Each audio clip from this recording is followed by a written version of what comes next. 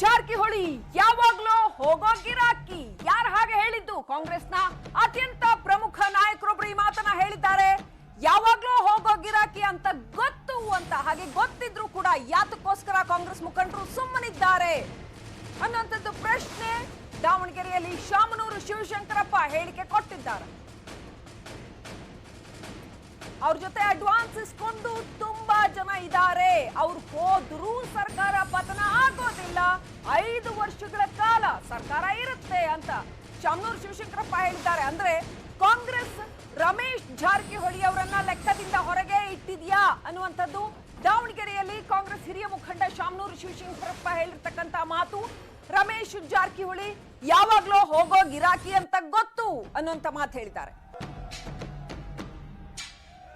ಜಾರಕಿಹೊಳಿ ಹೋದ್ರು ಹೋಗಲಿ, ಅವ್ರು ಯಾರು ಬೇಡ ಅಂತಾರೆ. ನಿನ್ನೆ ಮುಂಚೆ ಕಾಯಂ ಗಿರಾಕಿದ್ರು. ಅದ್ರ ಬಗ್ಗೆ ಹೆಚ್ಚಿಗೆ ಮಾತಾಡೋದು ಬೇಡ. ಬೇಕಾದಷ್ಟು ಮಾತಾಡೋದು ಬೇಡ. ಹೋಗಾರದಾರೆ, ಅಡ್ವಾನ್ಸ್ ತಗೊಂಡಿರೋದಾರೆ, ಅವೆಲ್ಲ ಇರ್ತದೆ. ಅಡ್ವಾನ್ಸ್ ತಗೊಂಡಿರೋದಾರೆ. ಬಿಜೆಪಿ ಹತ್ರ ದುಡ್ಡು ಐತಿ, ಲೆಕ್ಕ ಬರ್ತದಾಗ ಮೊದಲ ಇದು ನಾಳೆ ಚುನಾವಣೆ ಮುಗಿತ. ಇವತ್ತು ಮುಗಿದ್ಬಿಟ್ರೆ ನಾಳೆಯಿಂದ ಅದ ಬರ್ತದೆ. ಪತನ ಆಗೋದಲ್ಲ, ಎಲ್ಲ 5 ವರ್ಷ ಇರ್ತಾರೆ. ನೀವೇನು ಯೋಚನೆ ಮಾಡ್ಬೇಡ್ತಾಳ್ರಿ. ಹಂಗೆ ಹೇಳ್ಕೊಂತ ಇರ್ತಾರೆ ಬಿಜೆಪಿ. ಹಂಗೆ ಯಾವಲ್ಲ ಸುಳ್ಗಾರ ಅವರು. ಓಕೆ, ಹಾಗಾದ್ರೆ ಯಾರು ಅಡ್ವಾನ್ಸ್ ಕೊಟ್ಟಿದ್ದಾರೆ, ಯಾರು ಅಡ್ವಾನ್ಸ್ ಇಸ್ಕೊಂಡಿದ್ದಾರೆ, ಜೊತೆಗೆ ರಮೇಶ್ ಜಾರಕಿಹೊಳಿ ಅವರ ಈ ಹೇಳಿಕೆಗಳಿಗೆ ಬಿಜೆಪಿ ನಾಯಕರ ಪ್ರತಿಕ್ರಿಯೆ ಏನು ಕೇಳೋಣ ಬನ್ನಿ. ಅಲ್ಲರಿ, ನಾನು ಅವತ್ತಿಂದ ಹೇಳ್ತೀನಿ, ಇವತ್ತು ಹೇಳ್ತಾ ಇಲ್ಲ. 20ಕ್ಕೂ ಹೆಚ್ಚು ಜನ MLAಗಳು ಯಾರೂ ಸಹ ಈ ಸರ್ಕಾರದ ಬಗ್ಗೆ ಹ್ಯಾಪಿ ಇಲ್ಲ. ಇವರ ಪರ್ಫಾರ್ಮೆನ್ಸು, ಕಚ್ಚಾಟ, ಪರಸ್ಪರ ಬಡದಾಟ. ಸುಮಾರು 20 ಜನ MLAಗಳು ನಾನು ಕುಮಾರಸ್ವಾಮಿ ಮುಖ್ಯಮಂತ್ರಿ ಅಂತ ಒಪ್ಕೊಳ್ಳೋದಿಲ್ಲ ಅಂತ ಹೇಳ್ತಾ ಇರೋವಂಥದ್ದು. ಇವೆಲ್ಲ ಸಂಗತಿಗಳು 100ಕ್ಕೆ 100 ನಮ್ಮ ಗೆಲುವಿಗೆ ಕಾರಣ ಆಗುತ್ತೆ. ನಾವು 22 ಸೀಟ್ ಕರ್ನಾಟಕದಲ್ಲಿ ಗೆಲ್ಲಕ್ಕೆ ಅನುಕೂಲ ಆಗುತ್ತೆ. ಮೇ 23 ನಂತರ ಎಲ್ಲ ಡೆವಲಪ್ಮೆಂಟ್ಗಳು ಗೊತ್ತಾಗುತ್ತೆ. ಮುಂಚೆಯಿಂದ ಕೂಡ ಈ ಅಸಮಾಧಾನ ಇದೆ. ಯಾಕಂದರೆ ಇವತ್ತು ಸರ್ಕಾರಗಳು ಏನಾಗುತ್ತೆ ಅನ್ನೋದ್ರ ಬಗ್ಗೆ ನಾನು ಡಿಬೇಟ್ ಮಾಡೋಕ್ಕೆ ಹೋಗಲ್ಲ. ಕುಮಾರಸ್ವಾಮಿಯವರು ಸ್ವಯಂ ಪ್ರೇರಿಯಿಂದ ರಾಜೀನಾಮೆ ಕೊಡುವಂಥ ಸನ್ನಿವೇಶ ಕ್ರಿಯೇಟ್ ಆಗುತ್ತೆ. ಯಾಕಂದರೆ ಇಡೀ ರಾಜ್ಯದಲ್ಲಿ ಸರ್ಕಾರ ಭಾಳಷ್ಟು ಎಲ್ಲರಿಗೆ ನೋವಾಗೋಂಥ ರೀತಿಯಲ್ಲಿ ನಡ್ಕೊಂಡಿದೆ. ಹಾಗಾಗಿ ಮುಖ್ಯಮಂತ್ರಿಗಳ ಮೇಲೆ ಯಾರಿಗೆ ವಿಶ್ವಾಸ ಇಲ್ಲ. ಲಾಸ್ಟ್ಗೆ ನನಗೆ ಗೊತ್ತಿರೋ ಪ್ರಕಾರ ಈ ಚುನಾವಣೆಗಳ ಬಳಿಕ ಸ್ವತಃ ಮುಖ್ಯಮಂತ್ರಿ ಹೋಗಿ ನನಗೆ ಸರ್ಕಾರ ಬೇಡ, ನಾನು ರಾಜೀನಾಮೆ ಕೊಡ್ತೀನಿ ಅಂತ ಕೊಡುವಂಥ ಸನ್ನಿವೇಶ ಕ್ರಿಯೇಟ್ ಆಗುತ್ತೆ. ಬಹಳಷ್ಟು ಒಂದು ದೊಡ್ಡ ಬದಲಾವಣೆ ಆಗುತ್ತೆ. ಮುಂದಿನ ಮೇ 23 ನಂತರ ಖಂಡಿತ ಕರ್ನಾಟಕ ರಾಜ್ಯದಲ್ಲಿ ರಾಜಕೀಯ ಚಿತ್ರಣ ಬದಲಾವಣೆ ಆಗೇ ಆಗುತ್ತೆ. ಇದರಲ್ಲಿ ಯಾವ ಅನುಮಾನ ಕೂಡ ಇಲ್ಲ. ಕಾಂಗ್ರೆಸ್ JDS ಮೈತ್ರಿ ಸರ್ಕಾರದ ಬಗ್ಗೆ ಸಮಾಧಾನ ಇಲ್ಲ ಬಹಳ ಜನಕ್ಕೆ. ಇಲ್ಲದೆ ಇರೋಂಥ ಶಾಸಕರೆಲ್ಲರೂ ಇನ್ನು ಬಹಿರಂಗ ಒಬ್ಬೊಬ್ಬರೇ ಹೇಳೋದು ಶುರು ಮಾಡ್ತಾರೆ. ನಾವು ಆಪರೇಷನ್ ಮಾಡೋ ಅವಶ್ಯಕತೆ ಏನಿಲ್ಲ, ಅವರೇ ಬಂದು ಬೀಳ್ತಾ ಇದ್ದಾರೆ ಕಮಲ ಕಮಲ ಕಮಲ ಮೋದಿ ಮೋದಿ ಮೋದಿ ಅಂತ. ನಾವೇನ್ ಮಾಡೋಂಥ ಅವಶ್ಯಕತೆ ಇಲ್ಲ, ಅವರೇ ಬರ್ತಾರೆ. ಅವರೇ ಬಿಜೆಪಿ ಮೋದಿ ಮೋದಿ ಅಂತ ಬಂದಾಗ ನಾವು ಬೇಡ ಬೇಡ ಬೇಡ ಅಂತ ಹೇಳಿ ನೀನು ಬರ್ರಪ್ಪ ಅಂತೀವಿ. ಬೇಕಾಷ್ಟು ಜನ ಇದ್ದಾರೆ, ಯಾಕೆ ಪಟ್ಟಿ ಕೊಡ್ತೇನೆ ಆಮೇಲೆ. ಅವರೇ ಬರ್ತಾರೆ, ನಾವೇನು ಒತ್ತಾಯ ಮಾಡ್ತಿಲ್ಲ. ಮೇ 23 ನಂತರ ಸಂಪೂರ್ಣ ಚಿತ್ರಣ ಬದಲಾಗತ್ತೆ. ಇದ್ರ ಜೊತೆಗೆ ಉರಿಯೋ ಬೆಂಕಿಗೆ ತುಪ್ಪದ ಹಾಗೆ ರಮೇಶ್ ಜಾರಕಿಹೊಳಿ ಅವರ ಹೇಳಿಕೆ. ಆ ಹೇಳಿಕೆಗೆ ಅವರ ಆಪ್ತ ಶಾಸಕ ನಾಗೇಂದ್ರ ಮಾತನಾಡಿದ್ರು. ನ್ಯೂಸ್ 18 ಜೊತೆ ಬಹಳ ಡೀಟೇಲ್ ಆಗಿ ಮಾತನಾಡಿದ್ರು, ಎಕ್ಸ್ಕ್ಲೂಸಿವ್ ಆಗಿ ಮಾತನಾಡಿದ್ರು. ಏನ್ ಹೇಳಿದ್ರು ನೋಡೋಣ ಬನ್ನಿ.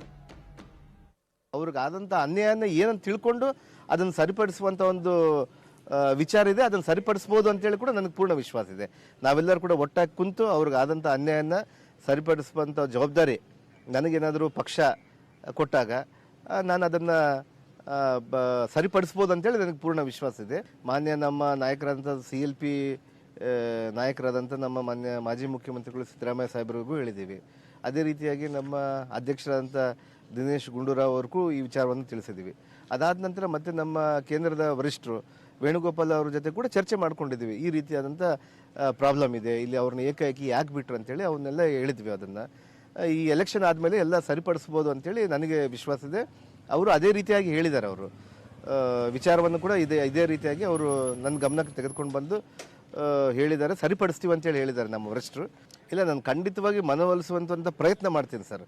ಮನವೊಲಿಸಿ ಅವರು ಏನು ನಿರ್ಧಾರಗಳಿದಾವೋ ಅದನ್ನು ನಮ್ಮ ಹತ್ರ ಚರ್ಚೆ ಮಾಡೇ ಮಾಡ್ತಾರೆ. ನಾನು ಒಬ್ಬ ಮಿತ್ರ ಶಾಸಕನಾಗಿ ನಾನು ಅವ್ರ ಜೊತೆಗಿರ್ತೀನಿ. ವೆರಿ ಕ್ವಿಕ್ ಸೈಲೆನ್ಸ್ ಅಂಡ್ ಅಷ್ಟೇ ಕ್ವಿಕ್ ಆಗಿರ್ತಕ್ಕಂಥ ರೆಸ್ಪಾನ್ಸಸ್ ಎರಡನ್ನು ಕೂಡ ನೋಡಬಹುದು. ರಮೇಶ್ ಜಾರಕಿಹೊಳಿ ಅವರ ಹೇಳಿಕೆಗೆ ಅವರ ಬ್ರದರ್ ಸತೀಶ್ ಜಾರಕಿಹೊಳಿ ಏನ್ ಹೇಳಿದ್ರು? ಒಬ್ಬ ಬ್ರದರ್ನ ಹಾಳು ಮಾಡಿದ್ರು, ಒಬ್ಬ ಸಹೋದರನನ್ನ ಹಾಳು ಮಾಡಾಗಿದೆ ಅಂದ್ರು. ಅದಕ್ಕೆ ಸತೀಶ್ ಏನ್ ಹೇಳಿದ್ರು ನೋಡೋಣ ಬನ್ನಿ.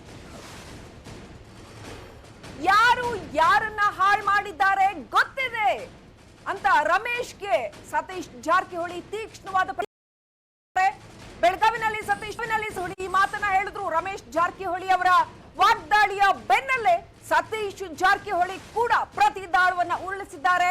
ಯಾರನ್ನ ಯಾರು ಹಾಳು ಮಾಡಿದ್ದು ಅನ್ನೋದು ಗೊತ್ತು, ಗೋಕಾಕ್ ರಾಜಕೀಯ ಇತಿಹಾಸವೇ ಹೇಳುತ್ತೆ ಅದನ್ನ ಅನ್ನುವಂಥದ್ದನ್ನ ಹೇಳಿದ್ದಾರೆ. ರಾಜಕೀಯವಾಗಿ ಮಾತ್ರ ನಾನು ಉತ್ತರ ಕೊಡ್ತೀನಿ ಅಂತ ಬಹಳ ಚಾಣಾಕ್ಷತನದಿಂದ ಸತೀಶ್ ಜಾರಕಿಹೊಳಿ ಹೇಳಿದ್ದಾರೆ.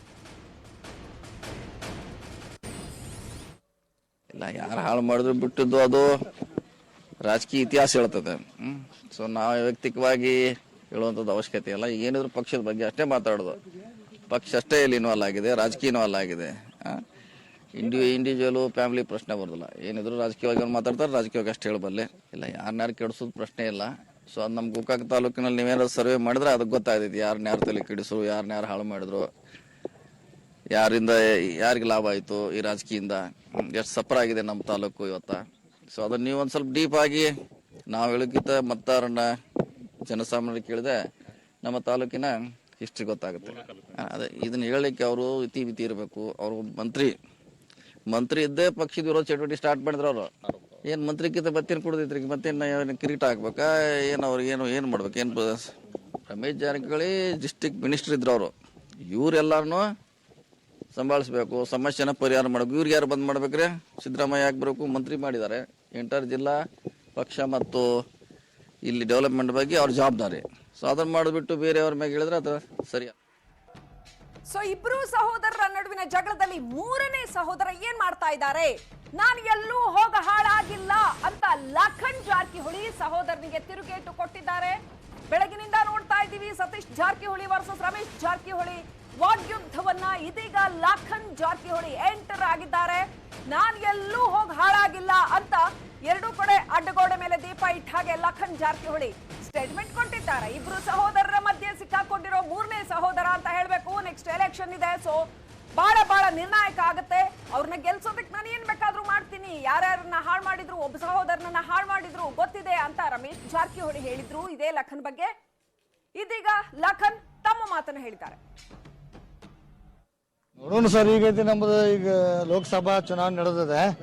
ಅದು ಮುಂದಿನ ದಿನಮಾಲೆಲ್ಲ ನಮ್ಮ ಸಹೋದರ ಕುರಿತು ಚರ್ಚೆ ಮಾಡ್ತೀವಿ. ಈಗ ನಮ್ದೇನು ಕಾಂಗ್ರೆಸ್ ಪಕ್ಷಕ್ಕೆ ಎಲ್ಲ ನಮ್ಮ ಮತದಾರ ಬೆಂಬಲಿಸ್ಬೇಕಂತ ನಾವು ಕಾಂಗ್ರೆಸ್ ಪರವಾಗಿ ಮತಯಾಚನೆ ಮಾಡ್ತಿದ್ದೀವಿ. ಅದು ರಮೇಶನ ಎಷ್ಟು ಹೆಣ್ಣು ಕೊಡೋ ನಾವು ಏನು ನೋಡಿಲ್ಲ, ಅದು ನೋಡಿ ಅದಕ್ಕೆ ಪ್ರತಿಕ್ರಿಯೆ ಕೊಡ್ತೀವಿ. ರಮೇಶನವರು ಕಾಂಗ್ರೆಸ್ ಪಕ್ಷದಲ್ಲಿ ಇದ್ದರು, ಸ್ವಲ್ಪ ಏನೋ ಅಸಮಾಧಾನ ಆಗಿ ಅವರು ಸ್ವಲ್ಪ ಮನಸ್ಸಿಗೆ ಬೇಜಾರಾಗಿದೆ. ನೋಡೋಣ, ಎಲ್ಲ ಸರಿ ಆಗುತ್ತೆ, ನೋಡೋಣ, ಎಲ್ಲ ದೇವ್ರ ಮ್ಯಾಗ ಬಿಡೋಣದ. ನಾವು ಬೇರೆ ಪಕ್ಷಕ್ಕೆ ಹೋಗಿ ಏನು ಹಾಳಾಗ್ತಲ್ಲ, ನಾವು ಕಾಂಗ್ರೆಸ್ ಪಕ್ಷದಲ್ಲೇ ಇದ್ವಿ. ಇಲ್ಲ ನಾವು ನೋಡ್ರಿ ಸತೀಶ್ ಅವರು, ನಾವು ರಮೇಶ್ ನಾವು ಕಾಂಗ್ರೆಸ್ ಪಕ್ಷದಾಗೆ ಇದ್ದೀವಿ. ನಾವು ಹಾಳಾಗೋ ಪ್ರಶ್ನೆ ಬರೋಲ್ಲ, ಇದಾಗಲ್ಲ. ನಾವು ಕಾಂಗ್ರೆಸ್ ಪಕ್ಷಲ್ಲ ದುಡಿತೀವಿ. ಯಾಕಂದ್ರೆ ಅವ್ರು ಅದು ಏನು ನಮ್ಮ ಬಗ್ಗೆ ಗೊತ್ತಿಲ್ಲ, ಅದ್ರ ಬಗ್ಗೆ ಯಾವ ಅರ್ಥ ಹೇಳೋದು ಗೊತ್ತಿಲ್ಲ. ಬಟ್ ನಾವು ಮಾತ್ರ ಕಾಂಗ್ರೆಸ್ ಪಕ್ಷ, ನೀವು ಅದು ಮೊದಲು ನೋಡ್ಕೋಬೇಕು. ನಾವು ಕಳೆದ 25 ವರ್ಷ ಅಂದ್ರೆ ನಾನು ಚಿಕ್ಕವರಿದ್ದಾಗ ಕಾಂಗ್ರೆಸ್ ಪಕ್ಷನ ಬೆಂಬಲಿಸ್ತಾ ಬಂದೀವಿ. ನಮ್ಮ ನಾಯಕ ಸಿದ್ದರಾಮಯ್ಯ ಅವರು ಹೇಳಿದ್ದಾರೆ, ನಾವು ಕಾಂಗ್ರೆಸ್ ಪಕ್ಷ ಬೆಂಬಲಿಸ್ತೇವೆ ಸರ್. ಸ್ವಲ್ಪ ಏನು ಒಂದು 10% ಆಗಿರ್ಬೋದು ಅಷ್ಟೇ. ಮೊದಲಿನ ನಮ್ಮ ಕಾಂಗ್ರೆಸ್ ಭದ್ರಕೋಟೆ ಅದು ಕಾಂಗ್ರೆಸ್ ಪಕ್ಷ. ಮೊದಲು ನಾವು ಗೋಕಾಕ್ ಪಕ್ಷ ಅಂದ್ರೆ ಕಾಂಗ್ರೆಸ್ ಭದ್ರಕೋಟೆ ಅದು. ಕಳೆದ ಲೋಕಸಭಾ ವಿಧಾನಸಭಾ ಚುನಾವಣೆ ನೋಡಿದಿರ್ತಾವೆ. ಯಾಕಂದ್ರೆ ನಾವು 15,000 ಮತಗಳ ಅಂತರದಿಂದ ಗೆದ್ದು ಬಂದೀವಿ. ಕಳೆದ ಬಾರಿ MP ಎಲೆಕ್ಷನ್ 32,000 ಮತ ಹೆಚ್ಚಿಗೆ ಕೊಟ್ಟಿದ್ದೀವಿ. ಮತ್ತು ಈಗ ಮೊನ್ನೆ ರಮೇಶನವ್ರು 22,000 ಮತ ಗೆದ್ದಿದ್ದಾರೆ. ಗೊಂದಲ ಏನಿಲ್ಲ, ಅದು ಸ್ವಲ್ಪ ಏನು ಅವ್ರಿಗೆ ಡಬಲ್ ಮಾಡೋರಿಗೆ ಸ್ವಲ್ಪ ಗೊಂದಲ ಆಗ್ತದೆ. ಒಂದ್ ಕಡೆ ಇಷ್ಟೆಲ್ಲ ನಡೀತಾ ಇದ್ರೆ ಮತ್ತೊಂದ್ ಕಡೆ ಈ ಉತ್ತರ ಕರ್ನಾಟಕ ಭಾಗದ ಕಾಂಗ್ರೆಸ್ ಮುಖಂಡರುಗಳು ಏನ್ ಹೇಳ್ತಾ ಇದ್ದಾರೆ ಅನ್ನೋದನ್ನ ಕೂಡ ನೋಡೋಣ. ಈ ಜಾರಕಿಹೊಳಿ ಬ್ರದರ್ಸ್ ಫೈಟ್ ಬಗ್ಗೆ MB ಪಾಟೀಲ್ ಮಾತನಾಡಿದ್ದಾರೆ ವಿಜಯಪುರದಲ್ಲಿ ನಮ್ಮ ಪ್ರತಿನಿಧಿ ಜೊತೆ.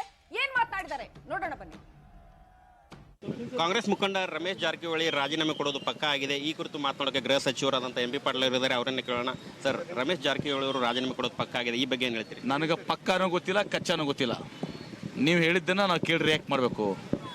ಅದೇನೇ ಇದ್ರೂ ಕೂಡ ರಮೇಶ್ ಜಾರಕಿಹೊಳಿ ಅವರು ಮತ್ತು ಸತೀಶ್ ಜಾರಕಿಹೊಳಿ ನನ್ನ ಆತ್ಮೀಯ ಸ್ನೇಹಿತರು, ಇಬ್ಬರು ಸಹೋದರ ನನಗೆ. ಆಮೇಲೆ ಈ ವಿಚಾರದಲ್ಲಿ ನಾನು ಕೂಡ ಚರ್ಚೆ ಮಾಡ್ತೀನಿ. ಅದಕ್ಕಿಂತ ಪ್ರಮುಖವಾಗಿ ಇವತ್ತೊಂದು ದಿವಸ ಸಿದ್ದರಾಮಯ್ಯನವರು ಆಮೇಲೆ ನಮ್ಮ ಅಧ್ಯಕ್ಷರಾದಂಥ ದಿನೇಶ್ ಗುಂಡೂರಾವ್ ಅವರು ಮತ್ತು AICC ಪ್ರಧಾನ ಕಾರ್ಯದರ್ಶಿ KC ವೇಣುಗೋಪಾಲ್ ಅವರು ಈ ಬಗ್ಗೆ ಸೂಕ್ತವಾದಂಥ ನಿರ್ಣಯ ತೆಗೆದುಕೋತಾರೆ. ಯಾರು ಅವರ ನಿರ್ಣಯ ಏನಿರ್ತದೆ ಅಂತ ತಗೋತಾರೆ, ಅದು ನಿರ್ಣಯಕ್ಕೆ ನಾವೆಲ್ಲರೂ ಬದ್ಧರಾಗಿರ್ಬೇಕಾಗ್ತದೆ. ಈ ವಿಷಯಕ್ಕೆ ಸಂಬಂಧಪಟ್ಟಂತೆ ರಮೇಶ್ ಜಾರಕಿಹೊಳಿ ಜೊತೆ ತಾವು ಮಾತಾಡ್ತೀರಾ? ನೋಡಿ, ಮೊದಲು ಪಕ್ಷದ ಜೊತೆ ಮಾತಾಡ್ತೀನಿ, ಪಕ್ಷದ ಜೊತೆ ಮಾತಾಡಿ ಆಮೇಲೆ ಅವ್ರ ಜೊತೆ ಮಾತಾಡ್ತೀನಿ. ಯಾಕಂದ್ರೆ ನಾನು ಪಕ್ಷದ ನಿಲುವು ಏನಾಗಿದೆ ಅಂತ ಗೊತ್ತಿಲ್ಲ, ಮತ್ತು ನೀವು ಹೇಳಿದ್ರು ಕೂಡ ರಮೇಶ್ ಜಾರಕಿಹೊಳಿ ನಿರ್ಣಯ ತೆಗೆದುಕೊಂಡಿದ್ದಾರೆ ಅಂತ ಹೇಳಿದ್ರು ಕೂಡ ನಂಗೆ ಗೊತ್ತಿಲ್ಲ. ಈ ರಮೇಶ್ ಜಾರಕಿಹೊಳಿ ಅವರು ಪಕ್ಷ ಬಿಟ್ಟರೆ ಕಾಂಗ್ರೆಸ್ಗೆ ಹಾನಿ ಆಗೋಲ್ಲ, ಸರ್ಕಾರ ಪತನ ಆಗೋ ಸಾಧ್ಯತೆ? ನೋಡಿ, ಟೂ ಪ್ರಿಮೇಚೂರ್ ನನಗೆ ಗೊತ್ತಿಲ್ಲ. ನಾನು ಅಸಲ್ಟನ್ ತಿಳ್ಕೊಂಡು ಮಾಡಿ ರಿಯಾಕ್ಟ್ ಮಾಡ್ತೇನೆ. ರಮೇಶ್ ಜಾರಕಿಹೊಳಿ ಅವರು ರಾಜೀನಾಮೆ ಕೊಡೋ ಬಗ್ಗೆ ಇವರಿಗೆ ತಮಗೆ ಪಕ್ಕ ಮಾಹಿತಿ ಇಲ್ಲ, ಇದನ್ನ ಪಕ್ಷದ ಹೈಕಮಾಂಡ್ ತಿಳ್ಕೊಂಡು ಮಾಹಿತಿ ಕೊಡ್ತೀನಿ ಅಂತೇಳಿ MP ಪಾಟೀಲ್ ಅವರು ಹೇಳಿದ್ದಾರೆ. ಕ್ಯಾಮ್ರಾ ಪರ್ಸನ್ ಸುನಿಲ್ ಜೊತೆ ಮಹೇಶ್ ಶೇಷಡ್ಕರ್, ನ್ಯೂಸ್ 18 ಕನ್ನಡ, ವಿಜಯಪುರ. ಇದು ಕಾಂಗ್ರೆಸ್ ಪಾಳ್ಯದ ಮುಖಂಡರ ಮಾತಾದ್ರೆ ಆ ಕಡೆ ಬಿಜೆಪಿ ಪಾಳ್ಯದಲ್ಲಿ ಏನ್ ನಡೀತಾ ಇದೆ? ಬಿಜೆಪಿ ಮುಖಂಡರು ಏನ್ ಹೇಳ್ತಾರೆ? ರಮೇಶ್ ಜಾರಕಿಹೊಳಿಗೆ ಅಸಮಾಧಾನ ಇದೆ, ಅವ್ರ ಜೊತೆ ಅವ್ರ ತಂಡದವರು ಬರ್ತಾರೆ. ಯಾರು ಹೇಳಿರೋದು? ನಾನಾದ್ರದನ್ ಶ್ರೀರಾಮುಲು ನಮ್ಮ ಪ್ರತಿನಿಧಿ ಮಾತಾಡಿದ್ದಾರೆ. ಬನ್ನಿ ಏನ್ ಮಾತಾಡಿದ್ದಾರೆ ನೋಡೋಣ.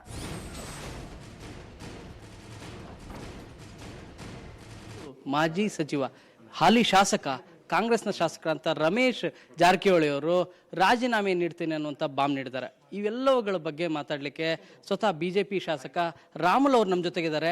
ರಮೇಶ್ ಜಾರಕಿಹೊಳಿ ಅವರು ಹೊಸ ಬಾಂಬ್ ಸಿಡಿಸಿದ್ದಾರೆ. ನಾನು ರಾಜೀನಾಮೆ ನೀಡ್ತೀನಿ, ಆದರೆ ಯಾವಾಗ ನೀಡ್ತೀನಿ ಅನ್ನೋದು ನಿರ್ಧಾರ ಮಾಡಿಲ್ಲ ಅಂತೇಳಿ. ಮುಂಚೆಯಿಂದ ಕೂಡ ಈ ಅಸಮಾಧಾನ ಇದೆ. ಯಾಕಂದರೆ ಇವತ್ತು ಸರ್ಕಾರಗಳು ಏನಾಗುತ್ತೆ ಅನ್ನೋದ್ರ ಬಗ್ಗೆ ನಾನು ಡಿಬೇಟ್ ಮಾಡೋಕ್ಕೆ ಹೋಗಲ್ಲ. ಕುಮಾರಸ್ವಾಮಿ ಅವರು ಸ್ವಯಂ ಪ್ರೇರಿತ ರಾಜೀನಾಮೆ ಕೊಡುವಂಥ ಸನ್ನಿವೇಶ ಕ್ರಿಯೇಟ್ ಆಗುತ್ತೆ. ಯಾಕಂದರೆ ಇಡೀ ರಾಜ್ಯದಲ್ಲಿ ಸರ್ಕಾರ ಭಾಳಷ್ಟು ಎಲ್ಲರಿಗೆ ನೋವಾಗೋಂಥ ರೀತಿಯಲ್ಲಿ ನಡ್ಕೊಂಡಿದೆ. ಹಾಗಾಗಿ ಮುಖ್ಯಮಂತ್ರಿಗಳ ಮೇಲೆ ಯಾರಿಗೆ ವಿಶ್ವಾಸ ಇಲ್ಲ. ಲಾಸ್ಟ್ಗೆ ನನಗೆ ಗೊತ್ತಿರೋ ಪ್ರಕಾರ ಈ ಚುನಾವಣೆಗಳ ಬಳಿಕ ಸ್ವತಃ ಮುಖ್ಯಮಂತ್ರಿ ಹೋಗಿ ನನಗೆ ಸರ್ಕಾರ ಬೇಡ, ನಾನು ರಾಜೀನಾಮೆ ಕೊಡ್ತೀನಿ ಅಂತ ಕೊಡುವಂಥ ಸನ್ನಿವೇಶ ಕ್ರಿಯೇಟ್ ಆಗುತ್ತೆ. ಭಾಳಷ್ಟು ಒಂದು ದೊಡ್ಡ ಬದಲಾವಣೆ ಆಗುತ್ತೆ. ಅಂದರೆ ರಮೇಶ್ ಜಾರಕಿಹೊಳಿ ಅವರು BJPಗೆ ಏನಾದರೂ ಬರ್ತಾರೆ? ಈಗ ರಾಜೀನಾಮೆ ಕೊಡ್ತೀನಿ ಅಂತ ಹೇಳಿದ್ದಾರೆ. ನನಗೆ ಗೊತ್ತಿರೋ ಪ್ರಕಾರ ಇವರು ಕಾಂಗ್ರೆಸ್ಸಲ್ಲಿ ಅಸಮಾಧಾನ ಗುಂಪೇನಿದೆ, ಆ ಗುಂಪಿನ ನಾಯಕರಾಗಿ ರಮೇಶ್ ಅವರು ಮುಂಚೆಯಿಂದ ಕೂಡ ಇದ್ದಾರೆ. ಅವರು ರಾಜೀನಾಮೆ ಕೊಡ್ತಾರೆ ಅಂದರೆ ಆಟೋಮೆಟಿಕ್ಕಾಗಿ ಎಲ್ಲಿಗೆ ಬರ್ತಾರೋ ನನಗಂತೂ ಗೊತ್ತಿಲ್ಲ. I am very clear.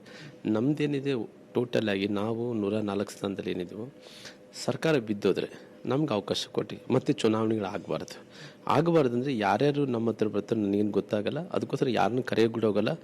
ಆದಷ್ಟು ಅದೇ ಬಿದ್ದೋಗುತ್ತಂಥ ಸನ್ನಿವೇಶ ಕ್ರಿಯೇಷನ್ ಆಗುತ್ತೆ. ಆ ಕ್ರಿಯೇಷನ್ದಲ್ಲಿ ಮುಖ್ಯಮಂತ್ರಿಗಳು ರಾಜೀನಾಮೆ ಕೊಡ್ತಾರೆ. ತಮ್ಮನ್ನು ಏನನ್ನು ಸಂಪರ್ಕಿಸಿದ್ದಾರೆ ಸರ್? ಯಾಕೆ ಇಲ್ಲಿ ಬಳ್ಳಾರಿಯಲ್ಲಿ ನಾಗೇಂದ್ರ ಅವರು ಇದ್ದಾರೆ, ಅವರ ಏನು ಜಾರಕಿಹೊಳಿ ಅವರ ಆಪ್ತ ವಲಯದಲ್ಲಿ ಗುರುಸ್ಕೊಂಡು ಅವ್ರು ಏನಾದರೂ ಕಾಂಟ್ಯಾಕ್ಟ್ ಮಾಡಿದಾರ? ನನಗೆ ಯಾರು ಕೂಡ ಸಂಪರ್ಕದಲ್ಲಿಲ್ಲ. ಯಾಕಂದರೆ ಲೋಕಸಭೆ ಚುನಾವಣೆಯಲ್ಲಿ ಬ್ಯುಸಿ ಆಗಿದ್ದೀನಿ. ಇಡೀ 14-15 ಜಿಲ್ಲೆಗಳಲ್ಲಿ ಪ್ರವಾಸ ಮಾಡಿದ್ದೀನಿ. ನನಗೆ ಸದ್ಯಕ್ಕಿರೋಂಥ ಮಾಹಿತಿ ಅಂತೂ ಏನಿಲ್ಲ. ಸದ್ಯಕ್ಕಂತೂ ಮುಂದೆ ಏನಾಗುತ್ತೋ ಗೊತ್ತಿಲ್ಲ. ಇವಾಗ ನಮ್ಮ ಹತ್ರ ಅಂತೂ ಯಾರು ಕಾಂಗ್ರೆಸ್ಸಿನ ಶಾಸಕರು ಸಂಪರ್ಕದಲ್ಲಿಲ್ಲ. ಎಷ್ಟು ದಿನದ ಒಳಗಡೆ ಸರ್ ಈ ಪರಿಸ್ಥಿತಿ ನೋಡ್ತಾ ಇದ್ರೆ, ಈ ಎಷ್ಟು ದಿನದೊಳಗಡೆ ಸರ್ಕಾರದ ಅತಂತ್ರ ಪರಿಸ್ಥಿತಿ? ನಾನಂತೂ ಭವಿಷ್ಯ ಹೇಳಕ್ಕೆ ಹೋಗಲ್ಲ. ಇಡೀ ರಾಜ್ಯದಲ್ಲಿ ಸರ್ಕಾರ ಬ್ಯಾಡ್ ಅನ್ನೋ ಸ್ಥಿತಿಗೆ ಬಂದಿದ್ದಾರೆ. ಜನರು ಬ್ಯಾಡ್ ಅಂದಮೇಲೆ ನಾವು ಜನಪ್ರತಿನಿಧಿಗಳು ಬ್ಯಾಡ್ ಅನ್ನಲೇಬೇಕಾಗುತ್ತೆ. ಹಾಗಾಗಿ ಸರ್ಕಾರ ಈ ಕೆಟ್ಟ ಸ್ಥಿತಿಗೆ ಹೋಗುತ್ತೆ ಅಂತ ಎಲ್ಲರ ಭಾವನೆ ಇರೋ ಕಾರಣ ಅದು ಏನಾಗುತ್ತೆ ಮುಂದೆ ನೀವೆಲ್ಲ ಕಾದು ನೋಡಬೇಕಾಗುತ್ತೆ. ಚುನಾವಣಾ ಮುಂಚಿತವಾಗಿಯೂ ಕೂಡ ಇತ್ತು ಸರ್, ಅಂದರೆ ಇವ್ರು ರಾಜೀನಾಮೆ ಕೊಡ್ತಾರೆ, ಸರ್ಕಾರ ಮೈತ್ರಿ ಸರ್ಕಾರ ಬೀಳುತ್ತೆ ಮತ್ತು BJP ಸರ್ಕಾರ ಬರುತ್ತೆ ಅಂತ. ಇದು ಎಲೆಕ್ಷನ್ ಆದ ನಂತರ ಇವೆಲ್ಲವೂ ಪ್ರೋಸೆಸ್ಗಳು ಇಮಿಡಿಯೇಟ್ ಆಗಿ ಆಗ್ತದೆ ಅಂತ ಟೋಟಲ್ ಆಗಿ. ಯಾಕಂದರೆ ಇವತ್ತು ನಾವೆಲ್ಲರೂ ಕೂಡ ಲೋಕಸಭೆ ಚುನಾವಣೆಗೋಸ್ಕರವಾಗಿ ಕಾದಿದ್ದೆಲ್ಲರೂ ಕೂಡ ಲೋಕಸಭೆ ಚುನಾವಣೆ ಆಗಬೇಕು, ಅದಕ್ಕೋಸ್ಕರವಾಗಿ ನಾವು ಕಾಯಬೇಕು. ಎಲ್ಲಿ ಯಾರಿಗೆ ಇರ್ಸು ಮುರ್ಸು ಆಗಬಾರ್ದು. ಹಂಗಾಗಿ ಅವ್ರು ಲೋಕಸಭೆ ಚುನಾವಣೆ ಕಾಯ್ತಾರೆ. ಈ ಎಲೆಕ್ಷನ್ ಕೋಡ್ ಆಫ್ ಕೌಂಟಿಂಗ್ ಆದ ನಂತರ ಈ ಸರ್ಕಾರ ಮುಂದಕ್ಕೆ ಹೋಗೋದೇ ಕಷ್ಟ ಆಗುತ್ತೆ. ಅವ್ರ ದಾರಿನೇ ಕಾಣಲಾರ್ದಂಥ ಪರಿಸ್ಥಿತಿ ಬರುತ್ತೆ. ಯಾಕಂದರೆ ದರ್ ಇಸ್ ನೋ ಕ್ರೆಡಿಬಿಲಿಟಿ ಸರ್ಕಾರದಲ್ಲಿ. ನಾವೇನು ಸಂಪರ್ಕ ಮಾಡ್ತೀರಾ ಸರ್? ಮಾತಾಡ್ತೀರ ಬರ್ಲಿಕ್ಕೆ, ಪಕ್ಷಕ್ಕೆ ಬರ್ಲಿಕ್ಕೆ? ಮಾತಾಡಲ್ರಿ. ನಾನು ಯಾರನ್ನ ಕರೆಯೋಕೆ ಕೂಡ ಹೋಗಲ್ಲ. ನಾನು ಕಾರ್ಯಕರ್ತನಾಗಿ ಪಾರ್ಟಿಗೆ ದುಡಿತೀನಿ. ಹಿರಿಯರು ಅವೆಲ್ಲ ಕೆಲಸ ಮಾಡ್ತಾರೆ. ನಂದೇನಿದೆ ನಾನು ಕೆಲಸ ಮಾಡ್ಕೊಂಡು ಹೋಗ್ತೀನಿ. Thank you. ಸೊ ಇದು ಏನು ಶ್ರೀರಾಮುಲು ಅವರ ಮನದಾಳದ ಮಾತು. ಸ್ವತಃ CM ಕುಮಾರಸ್ವಾಮಿ ಅವರೇ ರಾಜೀನಾಮೆಯನ್ನ ನೀಡ್ತಾರೆ, ಅಂಥ ಪರಿಸ್ಥಿತಿ ಬರ್ತದೆ ಅನ್ನುವಂಥ ಮಾತನ್ನ ಶ್ರೀರಾಮುಲು ಹೇಳ್ತಿದ್ದಾರೆ. ಬಳ್ಳಾರಿಯಿಂದ ಕ್ಯಾಮರಾ ಪರ್ಸನ್ ದಿವಾಕರ್ ರೆಡ್ಡಿ